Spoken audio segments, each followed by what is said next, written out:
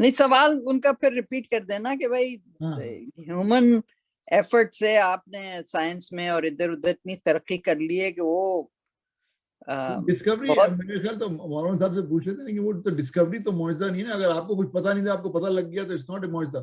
نہیں معجزہ ان the sense کہ اس سے آپ کو اللہ تعالیٰ کے وجود اور اس کی آیات جو ہیں وہ نظر آنے لگی, تو کیا وہ بھی معجزات کی اس میں آتا ہے ڈیفینیشن میں یا نہیں, یہ میں پوچھ رہی ہوں. یہ پوچھ لیتے ہیں مولانا صاحب سے. اب تو ان کا کنیکشن ٹھیک ہے, اوکے ہو گیا ہے. بہرحال خواتین حضرات میرے خیال ہے اب اس کو کلوز کرتے ہیں کیونکہ مولانا صاحب کا شاید انٹرنیٹ کنیکشن ڈاؤن ہو گیا ہے. وہ ان کی پہلے تو تصویر آ رہی تھی, وہ بھی نہیں آ رہی. تو اس سلسلے کو گفتگو کو جاری رکھیں گے اگلے پروگرام میں انشاءاللہ. آپ کا بہت بہت شکریہ شامل ہونے کا, اور پروگرام دیر سے شروع کرنے کی معذرت چاہتے ہیں کیونکہ یہ جو مسئلے مسائل کنیکشن کے اور انٹرنیٹ کے ہیں وہ رہتے ہیں اپنی جگہ. تو انشاءاللہ اگلے پروگرام میں ملاقات ہوگی, اور اگلا پروگرام ہوگا اب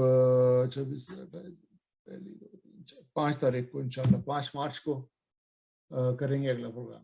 ٹھیک ہے, اچھی بات. خدا حافظ. خدا حافظ, بہت شکریہ.